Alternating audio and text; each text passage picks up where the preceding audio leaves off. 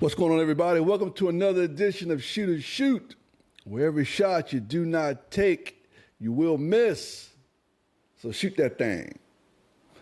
Today, we're going to talk about the Olympics, mainly the basketball side of it and all that is taking place, and the gold that we won, which is top, first and foremost, 5 in a row. I don't care what you say. No one should ever get tired of winning.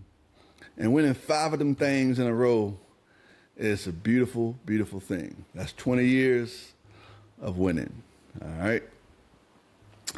But this notion that we have now, this argument that's been going on is, has the world caught up to the play, the style of the NBA and all that good stuff? And that's the reason why these teams are struggling now. The USA teams are struggling now. But I know it's nothing but to soothe players, soothe their favorite players' legacy by saying they're only struggling because the world's getting better. What can you do? We're going to have to keep losing. Keep winning by 1 point in the qualifying round, 1 point in the semifinal round of the Olympics to Serbia. We're going to have to barely squeak out the gold medal game to France because the world's catching up. That's what they say. All right. So I want to give you some players now from the era of the Jordan era. I'm going to give you some players that were playing from the world. All right. We have Dikembe. We have Hakeem, Peja Stojakovic, Vlade Divac, Sabonis, the father, Sarunas Marciulionis, people forget about him, Hooper, Rick Smits, Dražen Petrovic, untimely passing, sniper, Manu Ginobili. All right. And I'll give you Dirk. Dirk was kind of in the middle of that era, but we'll put him in both eras. All right. Now, the current players from overseas that are dominating, doing their thing in the NBA. Luka, Joker, Giannis, Porzingis, Wemby, and there's a few other ones, but those are the main ones you see in the forefront of the NBA, who the NBA is promoting. All right. Joker won a couple MVPs. And do you think in the 90s Joker would have won one MVP going against the likes of Robinson, Hakeem, Ewing, Shaq, even Rick Smits? All right. Rick Smits wasn't in that era the greatest. He was very, very solid. But Rick Smits' game, his style, his touch around the basket, put that in today's game, he's getting MVP votes. Pure and simple. All right? The game has not gotten so to the point where the players are catching up.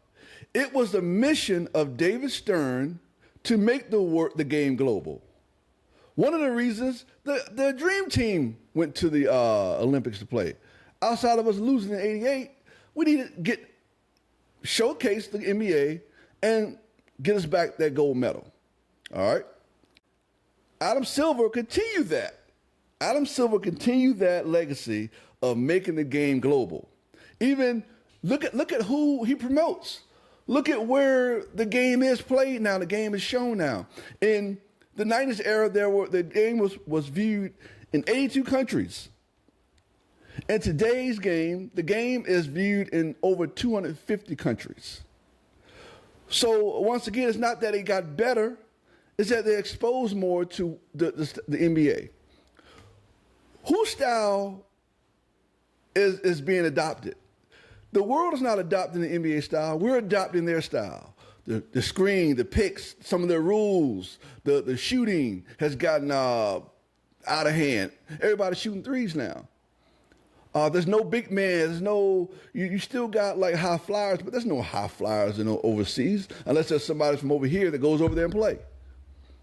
So The world game is not catching up. We're dumbing down to them. We're getting worse. Another example. I'll read something to you. Adam Silver has been in discussion with the National Tournament or NBA Operated League, partnering with FIBA to increase the competitive footprint in Europe. Once again, proof that the world isn't catching up. We're going over there dumbing ourselves down to them. When I say dumbing ourselves down, that's not being mean or anything. But we're trying to be them instead of them trying to be us. It makes no sense. I'll give you some more examples of how the world is catching up. Jimmy Fredette came out of college, setting the college world on fire, firing things up from deep. Steph Curry like in the NBA right now. Gets drafted, can't cut it, get him out of here. Goes overseas, he's averaging 27 points. But the world is catching up. Taco Fall comes from UCF, does his thing, gets drafted by Boston, I believe. Comes in and in super garbage moments. Kobe Bryant's career high was 81 points. Taco Fall for his whole NBA career has 82 points. Moving on. Eric Bledsoe left the league and was ousted, basically. Considered lazy, couldn't play anymore, lost a step, get him out of here. Goes overseas, he's averaging 17 and 6. But the world's catching up. All right. Dwight Howard. Complete and utter monster and beast when he was in his prime. Can't take away from him. Reduced to a role player or reduced to a big man who was just come in and give us some minutes, spare Anthony Davis, sometimes we'll pair you with Anthony Davis. Wins the championship in 2020, well deserved. Although it being a bubble, I'm glad Dwight Howard got one. He goes overseas, and his washed up stage, and I use washed up as an NBA player, not as a regular player like myself. Goes over there, he's averaging 24 and 10. He's almost at prime Dwight in the NBA.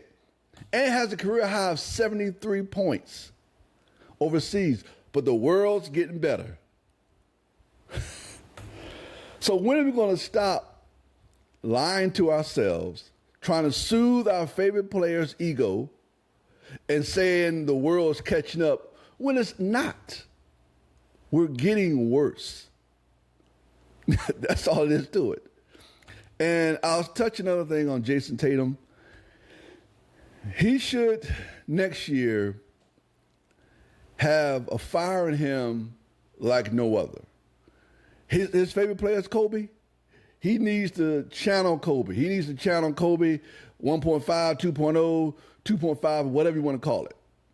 Because he wins the championship just a few months ago, is on a high.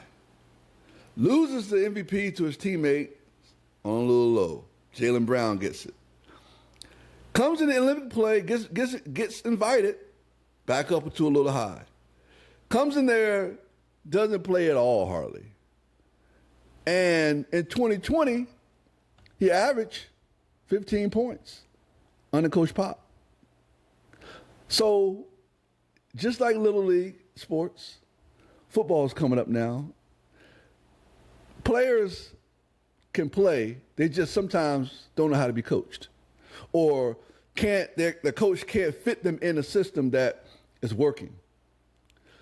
So oftentimes players go through these lulls and go through these times on these teams where their parents or friends or someone know, man, they can really play. How come they don't get any playing time? What's the problem? They play well over there. A lot of times it's not them. A lot of times it's how they're being coached. So although me being a referee in high school for high school basketball, I see and hear a lot of parents talking about, oh, my kid should play, why so-and-so ain't playing, yada, yada, yada. A lot of times they have no valid points at all. Sometimes they do.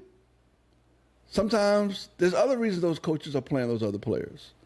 Because it makes no sense for a player that we see all the time transfer from a college to another college, ball out there, but didn't do well where he was. Sometimes it's fit. Sometimes it's attitude. Sometimes it's coaching. So until next time, guys, remember, the world is not catching up to us. We're going down and playing like them. I don't know how we're going to get back to our style of play, how we're going to get back to the NBA players that was so exclusive that, man, it was so hard to get to, where now everybody's playing in AAU, and that's another subject I'll talk about later. But when on the line, we say, you know what, let's start playing like Europe. And you get the product and the NBA product you see today on the floor. And now we're complaining as NBA fans. NBA's gotten soft. NBA's gotten this, gotten that. Well, thank you, David Stern. Thank you, Adam Silver. You did it. Until next time, guys, have a great day. Shoot a shoot.